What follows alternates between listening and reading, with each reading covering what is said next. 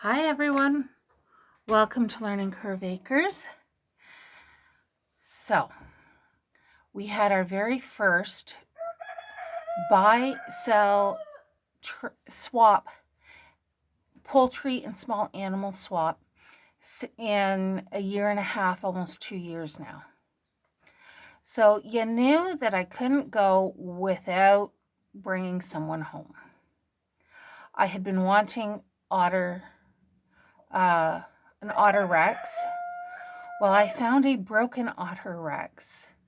So I think this little guy is absolutely adorable. He's very sweet. He's still a little shy. He's just getting used to us. This is only Wednesday and we got him on Sunday. But my son named him Paarthurnax. It's from a video game. Apparently the name of a good dragon. I don't know. My husband and I just call him Nax. And he's a really sweet boy. I have to say, I prefer his fur, the feel of his fur. He's just so much more cuddly than my Angora, where I find the Angora fur just sticks in your skin. If you have rough fingers, I've got rough skin on my hands, and it doesn't feel nice. Where his fur feels so soft, you want to pet him, you want to cuddle him, you want to give him all the loving that he needs, all the cuddles. Hey, sweet boy. Hey, Nax. Yeah, you're a good boy. So that's our new addition. We wanted an unrelated buck or a second buck so that we could offer breeding meat mutts that were completely unrelated. So he went in Dolly's old cage.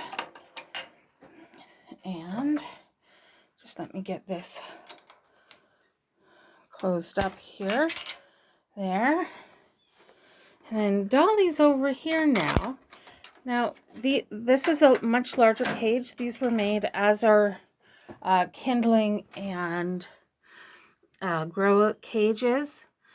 So, hi, Dolly. Hi, sweet girl. Hi, baby. So, we've just decided that as these cages are available, as we get rid of, well, I don't want to say get rid of, but as we process our grow outs, our two breeding mamas that we're going to be using, Sadie over here and Miss Dolly, they're just going to be in these cages all the time now. Hey, sweet girl. And we bred Sadie on Friday with Houdini, who's the English Angora in the house. So hopefully mid-October, we shall have some babies that will get very fluffy and very fast. Hey, baby. Yeah, they'll get really fluffy, hopefully, because she's got nice long fur, as you can see. And then he's got that super long fur. So it'll be interesting to see. Oh, I'm sorry. Did I stop? Oh, I'm sorry. It'll be interesting to see what the babies end up looking like. Oh, such a good girl. Yeah. So something else we did, on Monday we had a round bale of hay delivered for the rabbits, because our rabbits, if I let them, they will eat for the small 3-foot bales. With all the rabbits we have, they will go through a bale to a bale and a half a week. No problem. They devour it. They'd rather eat that than their pellets. Well, that gets really expensive when they're charging $7 to $10 for a bale of hay. So I was able to buy a good bale of hay, a round bale, for $45. It came to $50 delivered. And so we thought, okay, that's an excellent idea, excellent price. It saves us money, saves us a lot of fussing with all the different bales. As we were rolling it from the driveway back here towards where it was supposed to go in the hay barn, it fell apart. It started falling apart. So we have part of it here, waiting for a temporary structure to be put up around it so that it can properly breathe and not go moldy. Hi, chicks. Our little tree chickens here. The rest of it, my son and I had to move into the hay barn by hand. So here's a good deal of the hay in the hay barn. Now I've opened up the plastic so that it can hopefully let some of the trapped moisture out. And hopefully it won't go moldy. That's our biggest problem that we've had, is they tend to get wet and go moldy. So then you're picking out and you're only using like maybe half a bale, or, you know, it ends up a real pain in the neck. Now we do have a structure that my husband and I are supposed to go and pick up from one of our neighbors. He doesn't want it anymore. He just wants it off the property. And it's a large tin shed. So we're trying to decide whether that should be the new hay barn, or if we should move the rabbits into there and then move the hay into the rabbitry. I'm not sure exactly what's going to happen, but definitely this has to change. All right, so I figured we'd finish up quickly by just showing you a little bit what's going on here in the back garden. We've got the tomatoes that have grown up through the fence, and hopefully they'll get ripe before we get a frost. I do want to be able to save some of the seeds from this one. It's a Ferris wheel tomato that I had originally purchased seeds from Heritage Harvest Seeds.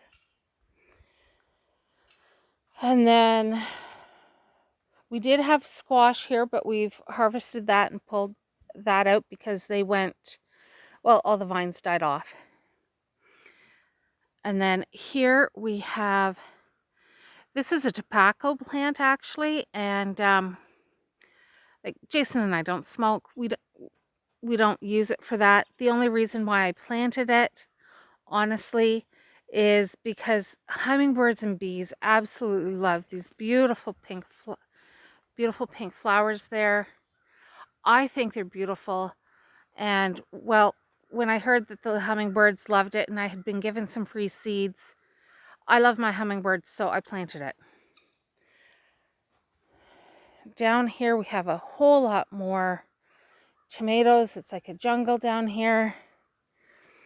We do have, let's see, one or two little red tomatoes back in there. I don't know if if the camera will catch it. But we're getting a few tomatoes out of here now. This has a whole wide variety over here. And then I also planted datura because it's supposed to prevent or lure away the tomato hornworm. I don't know how well it worked because we lost a lot of tomatoes. Like, a lot of the plants were attacked by these hornworms. But the chickens love them, as long as you squish the head first before giving it to them. Because otherwise they learned that those stupid worms bite back when they're trying to eat them. So, yeah, I have a few more yellow tomatoes down in here and over there, so I'll have to try and get in and carefully collect them. We have a few pods coming on our scarlet runner beans. I personally don't like eating these beans, but again, my hummingbirds love the flowers, so I planted them. That makes it easy. If hummingbirds and bees love it, generally I'll try planting it at least once.